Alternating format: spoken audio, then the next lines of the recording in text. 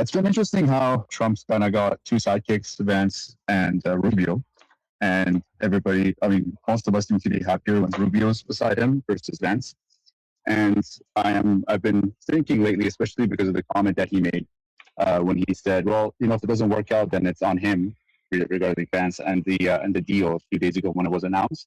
And he was kind of laughing about it. And then when Vance went to where he went, and then the Qatari foreign minister, I think it was, just kind of snubbed him completely, just didn't even acknowledge him and say anything to him. Trump didn't come out and defend Vance at all, which is really, really weird, especially considering how he kind of just went buck wild on Oliver after he made that comment. I mean, it was pretty obvious that the whole United States kind of got disrespected by Qatar in a public setting. And I've just been thinking, I'm wondering, I think we all figured out that Trump is doing all of this for the midterms because, keeping the oil prices down, keeping the markets happy, that's all going to help the Republicans win. And then the next race is going to be the presidential race. Trump's not a part of that directly, but he has to endorse somebody. It's most likely going to be between Rubio and Vance. And I've just been thinking if whether Trump is doing all of this to kind of pin all of this stuff on Vance and say, this was his initiative, I wanted to back him, and so on, and then come out at the end of it knowing full well this will fail, most likely, while after it does, after the midterms and they win, he's going to come out and say, what, this didn't really work out for us, so now we're going to go with what Rubio's been saying and kind of slowly endorse him for the presidential race coming up in a couple of years. And I just want to get everybody's thoughts on that. Okay, so just quickly wanted to respond to this. First of all, if this was a 5D chess move to basically put Rubio against somebody's mic is open, guys. Please close your mics. To put Rubio against Vance as a way to make Rubio win, I think this is really horrible timing because we're so far away from the presidential elections, and whatever happens 2 years before is not going to be as influential on people's minds until we get to their things that happen 6 months before, 1 year before. Maybe we'll have more. Like, this is too early to do that. Also, if this was the plan, then why even come out and say it? That would ruin the purpose. Like, if you say, well, if this was a plan, then it would be better if he didn't say anything about it and let it work out, right? Let it by you. If this was the plan to put Rubio and Vance against each other, saying like, oh, if it fails, it's on him, and if it doesn't, I'll get the credit. Like that is making that comment defeats the purpose. You just like expose. What are you doing? Exposing the plan here. Also, I don't think he was. I don't think he was entirely happy with the plan, but he's doing it because he has to. I personally feel like he miscalculated about how effective the bombings would be at bringing the Islamic regime to its knees, but that hasn't happened. That doesn't negate what I was saying at all, right? Still, if this is no. Let me finish my point. If you could close your mic just for a second, I'm almost done. Thank you. So even if that is the plan, like at the end of the day, if he's planning to put them against each other as a way to lay a trap for Vance, making that statements will not be helpful, right? So also at the end of the day, whatever President Trump says, this has the stamp of approval of the president and the White House on it. Like like you could try say it wasn't me, it was Vance.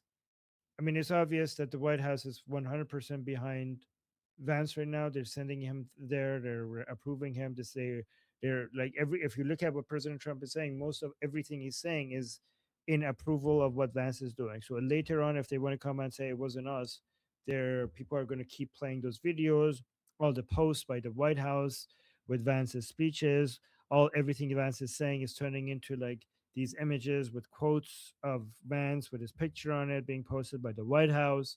So coming out and later saying like it wasn't us, it was Vance seems pretty hypocritical when they're like right now they're backing him up. Like it looks like they're backing everything he's saying and everything he's doing 100%. Right. So I don't think that would work. Like it actually sound, it would look actually very cowardly if you're like, oh, it wasn't us, it was Vance, he sucked, so Rubio wins. People are gonna be like, you can, like everybody could see, like what the fuck, like you guys, your entire, the entire, White House was like backing Vance. Um, maybe I think if there, if this is happening at all, it's not the White House designing this. It could be Rubio himself just realizing that this is the time to be quiet. Like, I don't think there's a master 5D chess plan by the White House or President Trump. I think maybe Rubio is being strategic himself by not speaking much these moments. Maybe that could be more explainable. Because if this goes to shit, Rubio could, it would be more believable that Rubio was against it if he's not talking and he's not available for questioning right now. Because if he's available for questioning, he either has to endorse it or basically pivot from the question. And if he's against it, then he's going against his boss, which is, the president, and he doesn't want to do that. And if he endorses it, then he's going to get in trouble later, for supporting this anti-Israeli agenda of Vance.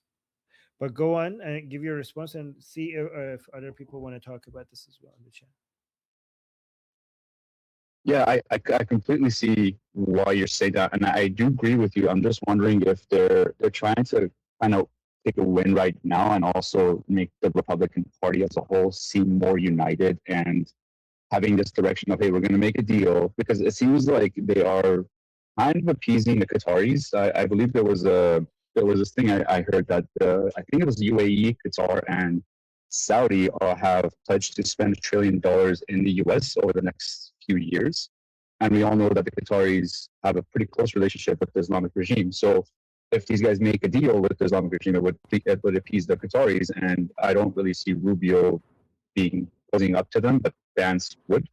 So maybe possibly they're taking that route, so that that works out for them. They also win the primaries, and then later on they'll be like, you know what, the Iranians have done this, because we all know like the thing with Hezbollah is probably not going to work out at all, and there's a very good chance the Islamic regime will try to dupe the Americans somehow, some way, after they've been given the green light to carry on as with business as usual, so quote unquote.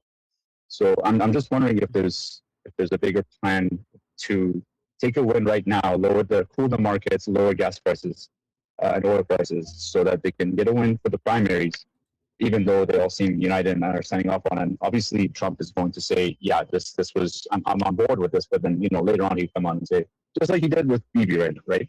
He kind of came out before, we're best friends, we're all on the same boat, and then now he's come out and saying all this stuff, kind of going against him, and Vance is riding that wave as well. I don't think Rubio would do that either, but yeah, I don't know. It's so confusing. Just we're just trying to think about what's going on and how it's happening. That was just something that came to my mind, because I feel like it's going to come down for the Republicans. At the end of the day, it's going to come down to Vance, between Vance and Rubio, and Trump's going to endorse one of them.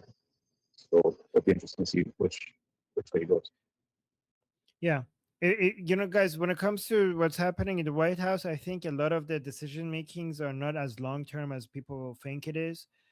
Some of it is actually more short term. And, Gandalf in the chat is also pointing out that Rubio knows that Trump has a habit of firing people who publicly disagree with him. So I think Rubio, I completely agree with this. I think Rubio does disagree with this, but he doesn't want to state it right now. It wouldn't work out for him. That's why he's like not available and he's quiet.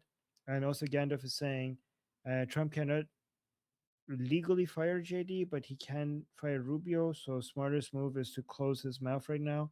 So that's what Gandalf is saying from Iran. That's what his take is. And also, I do think that a lot of people are talking about 5D chess moves. I wouldn't be shocked if there is a 5D chess move happening here by the Qataris. Like maybe not the 5D chess move that we wanted, but the one that we're getting. We might actually, like, I wouldn't be surprised at all if at the end of this we're going to see a lot of Qatari money um being influencing a lot of the what's happening right now. I wouldn't be surprised at all. All right, so who's next? Next to respond on this, we have Jose.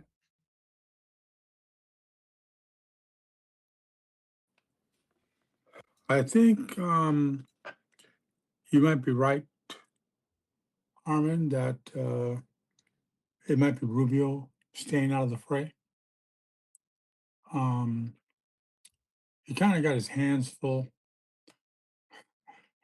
being the Secretary of State with all the situations going on in Central South America and Europe. So it would make sense for him to concentrate on that role and let Vance stumble along his way. Wow. All right. Thank you. Next to respond on this, we have Miguel. Go ahead, Miguel. Well, I agree with Jose on that one. I think it all comes down to when it comes to the 2028. I think it's probably going to come down to whether how successful each one of them are in terms of their ability to like influence geopolitics. I think Rubio pretty much has an edge on that one, especially in South America. I mean, you can see the results in South America, in Latin America in general, that we actually are seeing, candidates, pro-American right-wing candidates winning elections all throughout Latin America with monumental success. And the Iranian deal, I don't know. It seems like I with Vance basically trying to propel this deal and defend it to its absolute, with basically dying on the hill with that. And the chances are it may not even go through. I mean, the regime basically knows that we're on the clock, and they don't have to be on the clock. They just need to survive. That's all they need to do. And they see that Vance, especially that moment, really made him look weak. I think Vance is pretty much going to have his odds go down dramatically in the next few years, and so especially if he doesn't show any real monumental success in terms of foreign policy or not any kind of foreign diplomatic uh, wins. He hasn't gotten any, to be honest. I don't really see anything on his belt, so I'm not really sure. Vance could just be riding the fuck Israel train until till the White House. Like that, he could be that all the way to the White House. I'd like to comment on this. Yeah. I could see it. I'm going to try to give a different angle than what's been discussed. Like Vance, if you're going to try to do anything, right? I got this ceasefire, right? We may be doing something later. This is just a memo about what we might talk about if there is ever going to be signed a deal. It's just 2 months. If you can sell this, you're a politician. Can you sell this to the people without getting some segment incredibly angry? Are you the future president? Can you sell this? If you can't sell this, you got trouble. But I need these 60 days because we're doing other things in the background, and I need someone to sell it. Are you the future president? Can you sell this? It's not going well for him. That's one side I'd like to point out. The second side I'd like to point out, if it turns out that it was Vance behind the separatist weapons deal, and at some point he says, no, I mean, it didn't work out for him. The separatist deal, it didn't work out for him. The 60-day ceasefire MOU deal, we're having problems. Then I'd say he's getting set up to fail. I don't think Trump would do that, but that would be my okay, he's being thrown under the bus. That would make me think that. But I don't even know if he's related to that. I know Rubio wouldn't back that idea. So and I know Vance might try that because he's more in line with working with people. You understand what I'm saying? So that's when I would say, yeah, Trump is setting up Rubio to succeed. On Rubio's future, America has immigrants from all over the world, especially Central and South America and the Caribbean. I think we would love him. So he would get a lot of votes from that area. And we are way more conservative than people think when it comes to family, when it comes to kids. Latinos are way more conservative than people think. That would give him an incredible edge if we're talking about 2028. So that's what I would say on Trump, on Vance. Like maybe is he too close? Is he too anti-Israel? Is he trying to sell it that way instead of trying another method of selling it? Is he being set up to fail? Those are my thoughts on that. Now, I'd like to check for super chats. We don't have any super chats, Okay. but I do want to comment on what you just said. Interesting thought. But I don't see it. I don't think that Vance would be behind the plan to. Did you say that the Kurdish separatists, like doing that? Is that Like a 25-30% chance. I don't put it very high. okay? Okay. I mean, it's good to consider, but the reason why I don't see it is because Vance is for de-escalation and moving away from all of this area, anyways, and come back to America, and that would be like that would be a plan to escalate and go for regime change. Like, so Vance would be against even like aerial bombardment, let alone regime change, and that would be a regime change plan. So that's why I think like maybe lower chance, in my opinion. Yeah. But okay. It sounds logical. I see where you're coming from. My name is Armin Navabi. I'm an Iranian political analyst with decades of experience fighting the Islamic regime inside and outside of Iran. Make sure you follow me for more, and also make sure you join our discussion group. I'm there almost every single day. Come talk to me there and the rest of the people there in our group calls. It's a great place to meet and talk to people who like talking about politics. The link is in the description and or in the bio. You could also get there by scanning the QR code on the screen. See you there.